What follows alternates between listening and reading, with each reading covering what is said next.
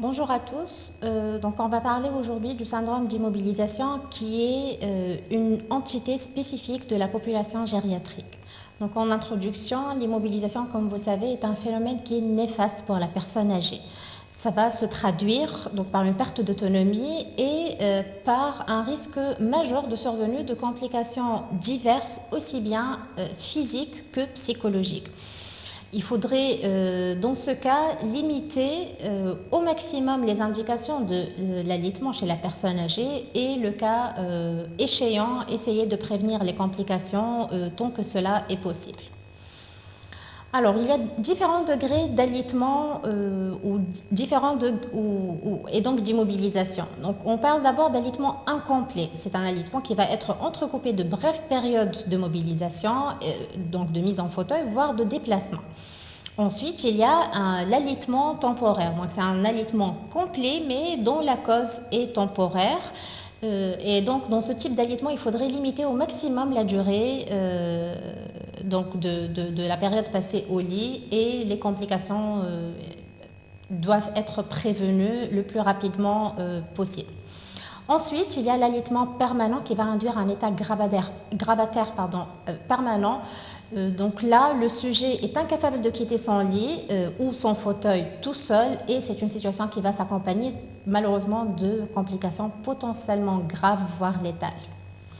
Sur le plan épidémiologique, donc ce syndrome d'immobilisation, sa prévalence va augmenter avec l'âge. Ça touche plus les femmes que les hommes et à titre d'exemple, en France, en 2015 notamment, sur 250 000 personnes touchées, 89% avaient plus que 65 ans, 54% vivaient à domicile et 30% seulement ont pu récupérer leur capacité de transfert à 1 an.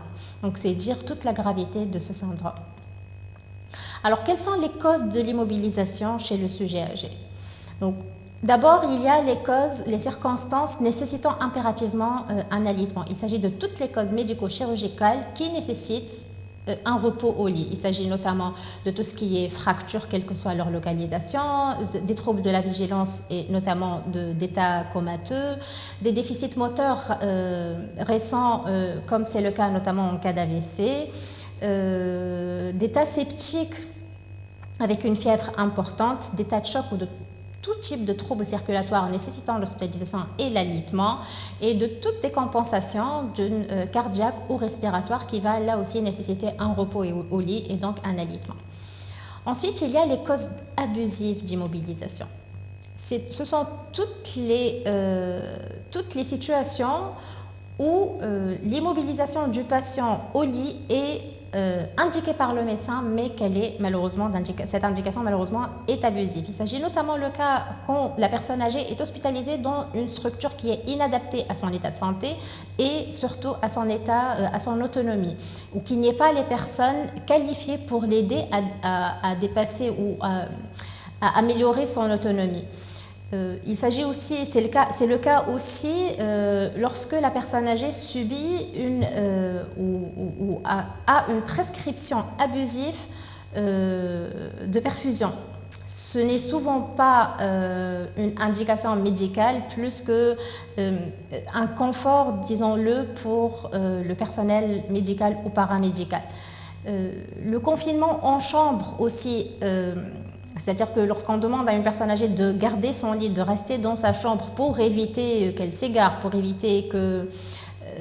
pour le confort de l'équipe finalement, est une cause abusive d'immobilisation, ainsi que c'est le cas avec le maintien au lit pour éviter tout ce qui est chute et déambulation à risque. Il y a aussi tout ce qui est recours aux barrières ou à des attaches ou encore aux couches qu'on prescrit de manière abusive chez les personnes âgées qui ne le nécessitent pas forcément. Ensuite, on parle aussi de tout ce qui est absence de mobilisation, de mise en fauteuil ou de rééducation adaptée. C'est le cas notamment, comme on en a parlé au début de cette diapo, des structures où il n'y a pas de soins adaptés à l'autonomie des personnes âgées en déficit. Ensuite, on va passer aux étiologies médicales du syndrome d'immobilisation. Alors, ça va être assez simple, c'est une liste non exhaustive. D'abord, on va commencer par toutes les affections neurologiques qui viennent en tête de liste, qui sont en cause de 35 à 40% des syndromes d'immobilisation chez le sujet âgé. Il s'agit notamment de tout ce qui est pathologie vasculaire, de syndromes extrapyramidaux, paraplégie, myélopathie, etc. Toutes ces pathologies vont induire un état d'alitement malheureusement très peu évitable chez la personne âgée. Les démences aussi, les troubles cognitifs avec la démence et les détériorations mentales viennent en seconde place avec 20 à 25% des étiologies des états d'immobilisation. Les causes mécaniques viennent en 13e place, donc avec près de 15 à 20% des cas. C'est tout ce qui est arthrose invalidante et qui peuvent évoluer vers l'aggravation avec l'âge, malheureusement. C'est tout ce qui est rhumatisme inflammatoire, les fractures, ça va de soi, les amputations non appareillées et les traumatismes divers, quelles que soient leurs causes et leurs conséquences. Il y a aussi le syndrome post-chute, qui a été traité normalement dans le cours de chute. Il y a aussi les troubles psychiques qui peuvent avoir un retentissement physique sur plusieurs volets et notamment donc, en induisant un alitement difficilement gérable mais qu'il faudrait prendre en compte. Que ce soit des névroses, de la dépression, des syndromes post-chute ou encore un syndrome de glissement, la prise en charge psychologique et psychiatrique est primordiale pour sortir de cet état d'immobilisation. Toutes les maladies organiques sévères aussi peuvent potentiellement induire une immobilisation au lit. Et vient ensuite l'iatrogénie, donc qu'elle soit chimique et notamment à cause de neuroleptiques, de sédatifs ou même d'antihypertenseurs qui peuvent donner une hypotension orthostatique ou d'hypoglycémie, donc par peur des complications de ces effets, peuvent induire un alitement et une immobilisation au lit, surtout des sujets âgés, que ce soit actifs ou passifs, c'est-à-dire que ça peut être des personnes dont la famille va insister pour qu'ils gardent le lit pour éviter qu'ils tombent, par exemple, suite à une hypoglycémie ou à une hypotension orthostatique. Là encore, on reprend la prise en charge inadaptée, donc les structures où il y a une prise en charge inadaptée des personnes âgées, notamment en déficit d'autonomie, peuvent induire un syndrome d'immobilisation et les mesures de protection abusive, donc avec notamment, comme on l'a dit tout à l'heure, la contention, le sondage urinaire, le fait de lui mettre des couches, etc. Donc sur ce tableau, je voulais mettre quelques notions qu'on a dans notre subconscient, dans notre... c'est des croyances profondes, disons-le, donc pour comparer mythe, croyance versus réalité. Alors la première, c'est de se dire que la personne âgée doit avant tout se reposer. Non, ce n'est certainement pas le cas, surtout si c'est une personne âgée qui est en bonne santé. Donc le repos au lit peut être un traitement spécifique pour une situation bien déterminée, mais il ne doit nullement être prolongé. La deuxième croyance, c'est qu'il peut être dangereux de mobiliser une personne âgée sans ordonnance médicale. Là encore, en fait, il y a très peu de contre-indications absolues à mobiliser une personne âgée et seules donc des contre-indications médicales bien établies, dont on a cité quelques-unes tout à l'heure, peuvent induire un alitement qui doit, là encore, être limité autant que possible. Ensuite, troisième croyance, la contention physique assure la sécurité du patient et n'entraîne pas de conséquences majeures pour sa santé. Alors là, si la contention, sachez-le, a toujours des conséquences à la fois physiques et psychologiques. Je sais que même s'il existe bien et belle une indication à poser une contention physique, il y a quelques situations très rares où c'est bien indiqué, mais sachez que ça peut avoir sur la mobilité, des effets sur la mobilité, avec un engourdissement, des courbatures, la diminution de l'amplitude articulaire, de la force musculaire, voire donc, un inconfort physique, une douleur induite par cette contention, une ankylose à long terme et voire donc une réduction de la masse osseuse et une ostéoporose. Ensuite, on va parler du syndrome de glissement. Et là encore, c'est une pathologie ou une situation clinique spécifique et particulière de la population gériatrique. Donc, le syndrome de glissement est une situation aiguë, particulière, qui est caractérisée par une détérioration rapide de l'état général, avec anorexie, voire refus alimentaire, une désorientation temporospatiale, une perte d'élan et de vitalité chez la personne âgée, un désir de mort qui est plus ou moins exprimé selon la personnalité de la personne âgée, un désapprentissage des tâches qui étaient normalement courantes et un accroissement des incapacités et donc une perte d'autonomie qui sera de plus en plus croissante donc avec l'avancement de ce syndrome, avec aussi un refus actif des soins et de l'alimentation. Donc tout ça va traduire un renoncement passif à la vie. C'est une sorte de suicide passif que va demander la personne âgée. Et en fait, elle va se retrouver dans une situation de renoncement secondaire à tout soin, à toute alimentation, à toute interaction sociale et elle va s'enfoncer petit à petit et malheureusement, c'est un syndrome qui peut avoir un pronostic assez réservé. Donc le syndrome de glissement s'installe en général après un intervalle libre succédant à une pathologie aiguë guérie et dont il ne subsiste plus de signes cliniques ni biologiques, comme ça peut succéder à un autre événement perturbant, notamment une maladie somatique grave, une institutionnalisation non acceptée par la personne âgée, un deuil, etc. Donc en fait, c'est une sorte de réaction à une situation non acceptée par la personne âgée.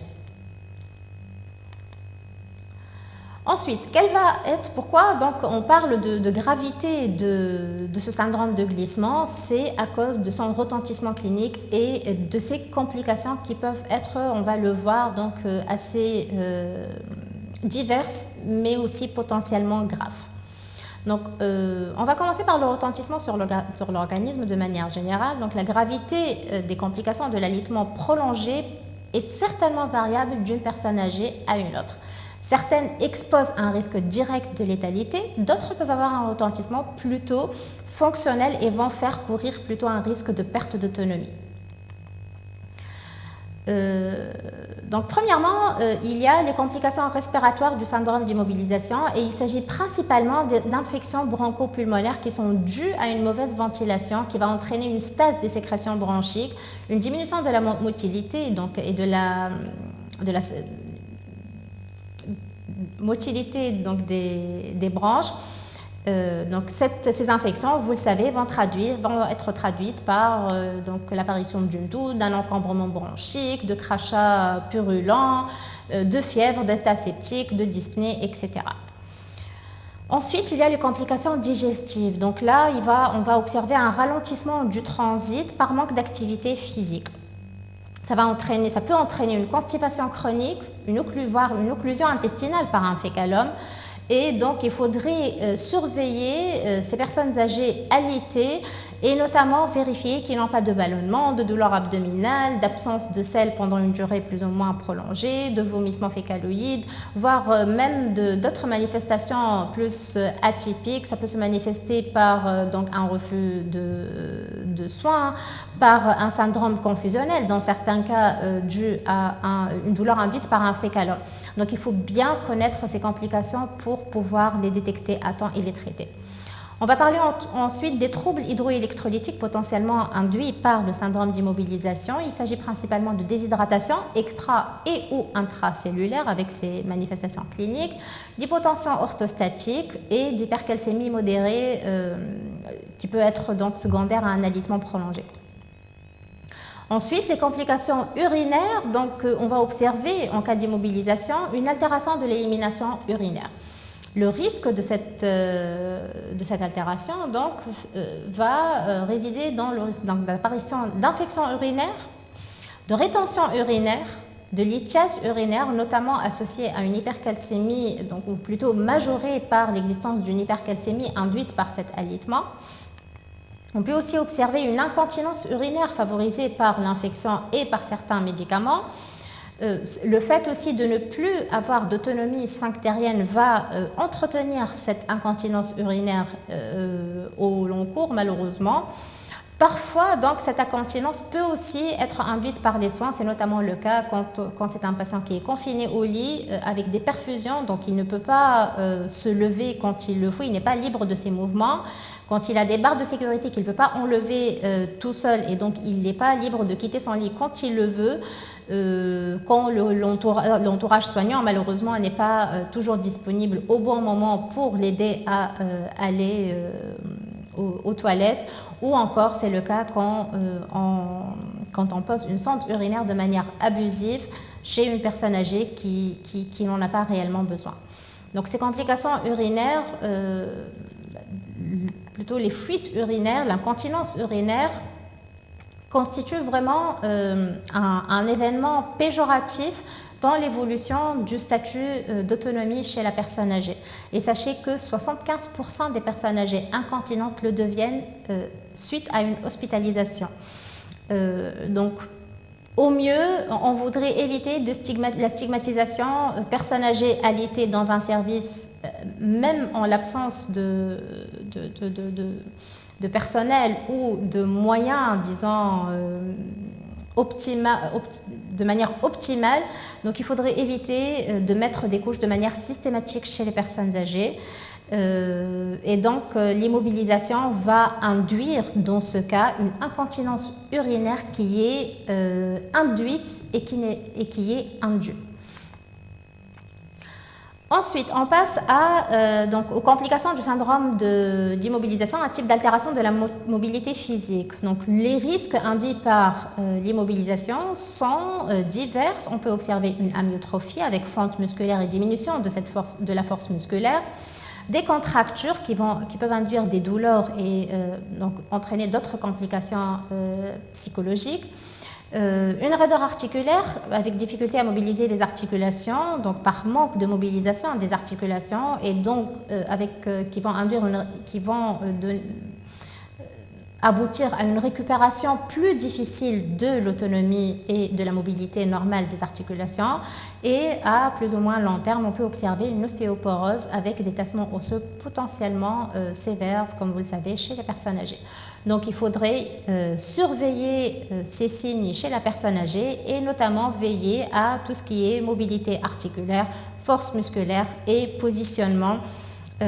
En conseillant ou en faisant part de la kiné ou de l'ergothérapie des mouvements passifs et donc apprendre aux patients à garder un certain degré de mobilité même s'il est contraint de rester au lit. Ensuite, on va parler de l'altération de l'état cutané et vous le savez, donc la complication redoutable de l'immobilisation chez la personne âgée est l'apparition d'escarres. Donc en fait, toute compression prolongée de la peau peut entraîner une ischémie cutanée. C'est une ischémie qui va apparaître de dedans en dehors, contrairement aux plaies cutanées qui peuvent donner une ischémie de dehors en dedans. Donc ceci va provoquer des escarres qui sont définis par l'apparition de zones de nécrose cutanée et sous-cutanée se produisant au point de pression, notamment donc, le sacrum, les talons, les trochantères, les ischions, les genoux, les malléoles et les apophyses vertébrales. Donc l'escarre, sachez-le, peut apparaître en quelques heures et s'étendre d'autant plus vite que l'état général du patient est altéré et qu'il existe une dénutrition avec ou sans inflammation. Donc l'évolution des escarres va se faire en 4 stades. Le stade 1 est caractérisé par l'apparition de rougeur avec œdème au niveau donc, de la zone d'appui. La rougeur de la peau ne disparaît pas lorsqu'on appuie dessus. Donc ensuite apparaît le stade 2 qui est caractérisé par l'apparition de phlyctène ou plus simplement de cloques sur la zone érythémateuse. Et ces phlyctènes peuvent être ouvertes ou rester fermées. Le stade 3 est caractérisé par l'apparition d'un ulcère ou de nécrose. La peau devient noire avec quelques zones rougeâtres et très sèches. Et le stade ultime, c'est le stade 4, c'est lorsqu'il y a une destruction extensive avec une nécrose des tissus, une atteinte des muscles, de l'os ou des structures sous-jacentes à la zone d'appui cutané. On passe ensuite au retentissement psychologique. Et donc, le retentissement psychologique du syndrome d'immobilisation chez la personne âgée peut avoir diverses manifestations. Notamment, donc, on peut observer, et c'est souvent le cas, un sentiment de proximité de la mort, avec une grande labilité émotionnelle, une décompensation d'états névrotiques antérieurs, des modifications de la perception temporo-spatiale avec des orientations parfois complètes, avec perte des repères, anxiété, agitation et voire syndrome confusionnel. Ces réactions sont d'autant plus fortes lorsque l'état cognitif antérieur de la personne hospitalisée, qui est alitée et immobilisée est altéré. Une dépression réactionnelle peut aussi s'installer en quelques heures suite à l'immobilisation avec, au cas extrême, un mutisme, une anorexie et des idées de non-guérison, voire de mort. Ensuite, les complications circulatoires, et c'est surtout le risque de complications thromboemboliques liées au décubitus. Donc, la maladie thromboembolique veineuse est une complication potentiellement grave de l'alitement. Le risque de phlébite est accru lorsque cette immobilisation est totale ou partielle, plus ou moins prolongée. Mais sachez que suite à une immobilisation de plus que 3 jours, le risque de survenue de complications thromboemboliques peut persister jusqu'à 3 mois après levée de l'immobilisation. Donc ce risque est lié à un ralentissement important de la circulation sanguine au niveau des veines des membres inférieurs, avec par conséquence une stase veineuse, et donc ça peut aboutir à la formation de caillots dans le système veineux. Donc cette thrombose ou cette phlébite peut toucher n'importe quelle veine chez les personnes âgées, mais ça touche le plus souvent les membres inférieurs et elle peut être soit profonde ou superficielle. Le risque à surveiller, vous le savez, est la migration du thrombus et donc l'apparition potentielle d'une embolie pulmonaire qui est une urgence vitale à ne pas méconnaître, qu'il faut savoir détecter à temps et traiter. Donc les signes de la thrombose veineuse profonde, vous le savez, donc suite à l'obstruction d'une veine qui va empêcher la circulation normale du sang au niveau du membre touché, donc on va observer des manifestations locales à type d'œdème, de légère rougeur avec une augmentation donc, de la chaleur locale qui n'est pas aussi importante comme c'est le cas dans les dermohypodermites ou érysipèles des membres inférieurs, mais on peut observer une chaleur et une rougeur au niveau des membres inférieurs où il y a une thrombose. Ça va aussi se manifester par une douleur plus ou moins intense, une diminution du ballottement du mollet avec un signe de Homens positif. Alors, ensuite, on va passer donc au volet de prise en charge thérapeutique du syndrome d'immobilisation chez la personne âgée. Donc, comme principes généraux, limiter l'alitement autant que possible. Il faut diagnostiquer de manière précoce et traiter rapidement la maladie initiale qui peut induire donc, cet alitement. Et si une personne âgée est alitée, il faut penser à la mobiliser le plus précocement possible, que ce soit au lit de manière passive, par la mise au fauteuil, par la verticalisation, voire la marche, dès que cela est possible. Donc, il y a aussi des mesures hygiéno-diététiques à respecter et à favoriser, notamment une hydratation suffisante, donc d'au moins 1,5 litre, voire 2 litres par 24 heures. Il faut garantir un apport calorique suffisant, il faut traiter une constipation préexistante et il faut favoriser, tant que cela est possible, la continence chez la personne âgée. Ensuite, pour prévenir les complications respiratoires, il faudrait installer la personne en position demi-assise dès que cela est possible. Il faut éviter la position couchée à plat si on n'a pas de contre-indication, bien sûr. Et idéalement, il faudrait mettre la personne avec le dossier du lit relevé à 30 degrés. Il faudrait aussi aider la personne âgée à tousser et à cracher, mettre à disposition des crachoirs, surveiller la qualité et la quantité des expectorations, leur coloration notamment, et bien sûr surveiller les paramètres vitaux, notamment la fréquence respiratoire, fréquence cardiaque, température, etc. Alors, il faudrait, faites attention donc aux fausses routes si on administre ou si c'est une personne âgée qui peut boire des liquides ou qui a une alimentation liquide. Donc malheureusement, ces fausses routes passent souvent inaperçues et donc on s'en aperçoit déjà au stade de pneumopathie d'inhalation. Le plus souvent, donc, c'est des accidents qui sont silencieux, mais avec des complications donc potentiellement dramatiques. Ensuite, comment prévenir les complications musculo-articulaires? Donc là, la mobilisation précoce, on n'insistera jamais assez dessus. Il faudrait conseiller de faire des exercices actifs et passifs chez les personnes actives si possible, mais sinon passifs avec des conseils pour garder des contractions musculaires isométriques ou autres, pour mobiliser les articulations, pour la verticalisation quand c'est possible, la mise au fauteuil, position assise sur le bord du lit, mise en orthostatisme, marche, etc. Donc pour cela, on s'aide très souvent par donc les collègues kinésithérapeutes.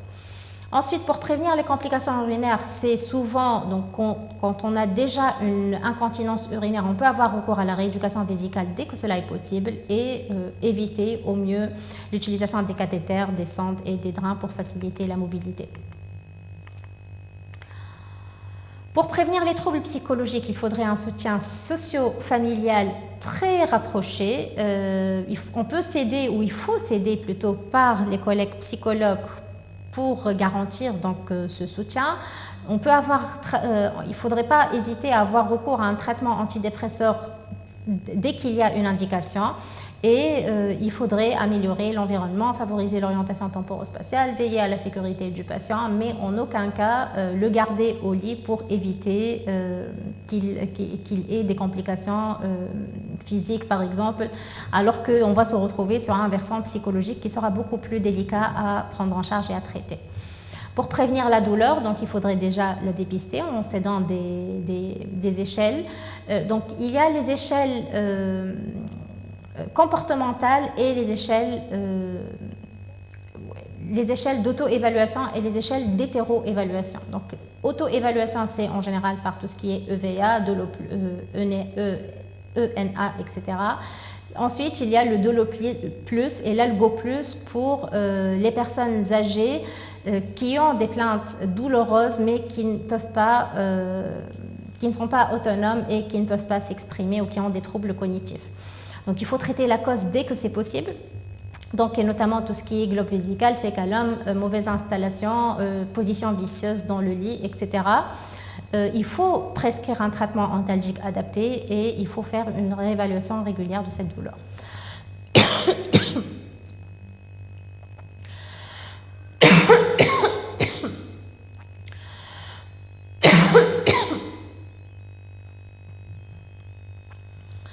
Pour la prévention des escarres, donc déjà, il faut évaluer le risque en évaluant l'état nutritionnel, l'état d'hydratation chez la personne âgée alitée. Il faut surveiller régulièrement les zones d'hyperappui. Il faut veiller à garantir donc, des apports hydriques et nutritionnels adaptés.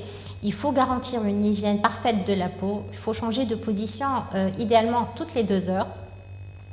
On peut aussi utiliser les matelas adaptés, notamment les matelas à air compressé. Il faut limiter au changement de position les risques de cisaillement. Il faut éviter de tirer le patient. Il faut que le drap soit mis à plat sans pli au-dessous de la peau pour éviter donc d'augmenter ce risque d'hyperappui. Et on peut aussi s'aider par les coussins répartiteurs de pression au niveau des fauteuils. Donc, pour prévenir les complications thromboemboliques, on peut prescrire, il faut prescrire les héparines de bas poids moléculaire du moment qu'il n'y a pas de contre-indication, bien sûr. On peut s'aider aussi du drainage lymphatique, c'est très important et ça peut vraiment aider. Les bas de contention, voire les bandes ou les bandages de contention chez les personnes obèses sont d'une grande aide aussi et favoriser le lever dès que cela est possible. Donc, lorsque l'état gravataire est déjà constitué, qu'est-ce qu'on pourrait faire? Donc, il faudrait une prise en charge globale du patient et qu'elle soit multidisciplinaire avec l'intervention aussi bien des médecins, des kinés, des nutritionnistes, des ergothérapeutes, etc. Donc, il faut prescrire une rééducation spécifique, il faut veiller à un entretien physique régulier et à la fin, il faut, tant que cela est possible, garantir une qualité de vie avec un maintien de socialisation pour éviter le passage en dépression et en syndrome de glissement chez la personne âgée. Voilà donc pour conclure, une personne âgée immobilisée est en situation de risque de perte de son autonomie. Elle peut devenir grabataire et en mourir. La lutte contre les complications de décubitus doit faire partie du projet thérapeutique dès l'admission du sujet âgé. Donc, toute l'équipe soignante doit faire part d'une grande énergie pour prévenir les complications. Il faut aussi rassurer, encourager et stimuler aussi bien le patient que son entourage pour éviter, là encore, de passer au glissement. Et donc, cette attitude active et positive pourrait permettre à la personne âgée de désirer la sortie de la maladie, de désirer la guérison et de préserver le plus grand degré d'autonomie possible. Merci.